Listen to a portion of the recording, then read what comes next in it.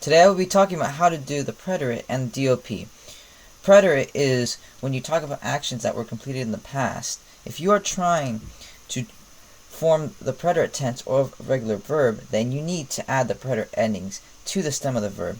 The endings of the preterite for the AR verbs are haste, o, amos, aron.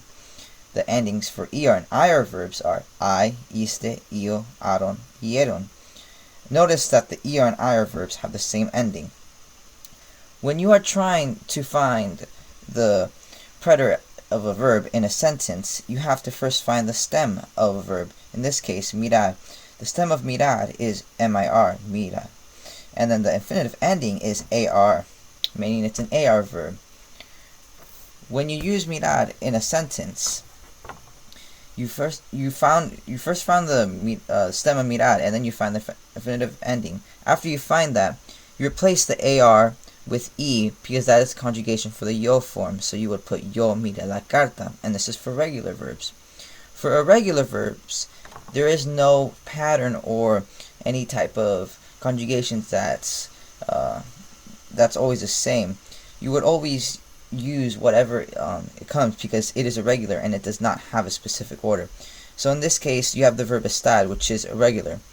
The conjugation for the verb estar would be e if you would use the yo form. So you would put yo estuve en el correo por 2 horas because you would replace the AR with the e.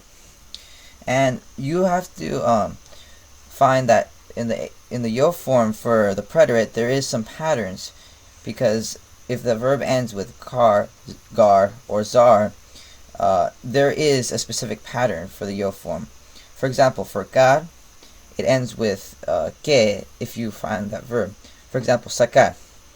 Yo saqué mi tarea de inglés.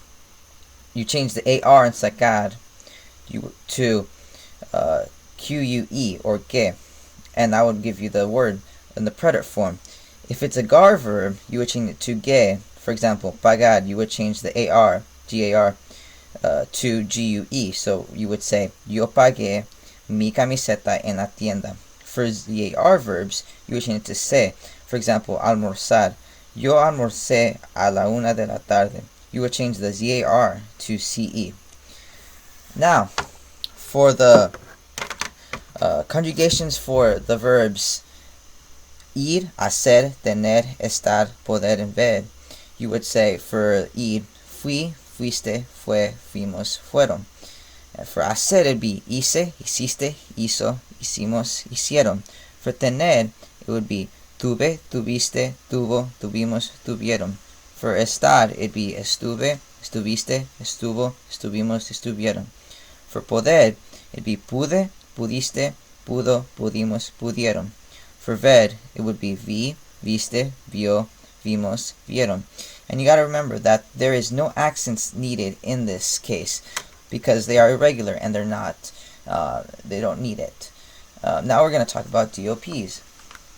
So, DOPs, they come in lo, la, los, la, and las. DOPs are used to replace the noun in a question, and they are used to avoid the repetition of the direct object in a sentence, which is lo, la, los, and las. It also tells us who and what receives the action of the verb. For example, the rules of the conjugation using DOPs in a sentence. DOPs have the same gender, masculine or feminine, and the same number, singular or plural, as the nouns they replace. For example, ¿devolviste los palos de golf? No, no los devolví. Los is masculine and it's also plural. So that means that you would use the same one in here and you would replace palos de golf with just los. And also another rule of conjugation would be when an infinitive follows a verb, the DOP can be replaced before the conjugated verb or attached to the infinitive. For example, ¿pudiste sacar el libro de matemáticas? Sí, sí lo pude sacar. Or you would say, sí, sí pude sacarlo.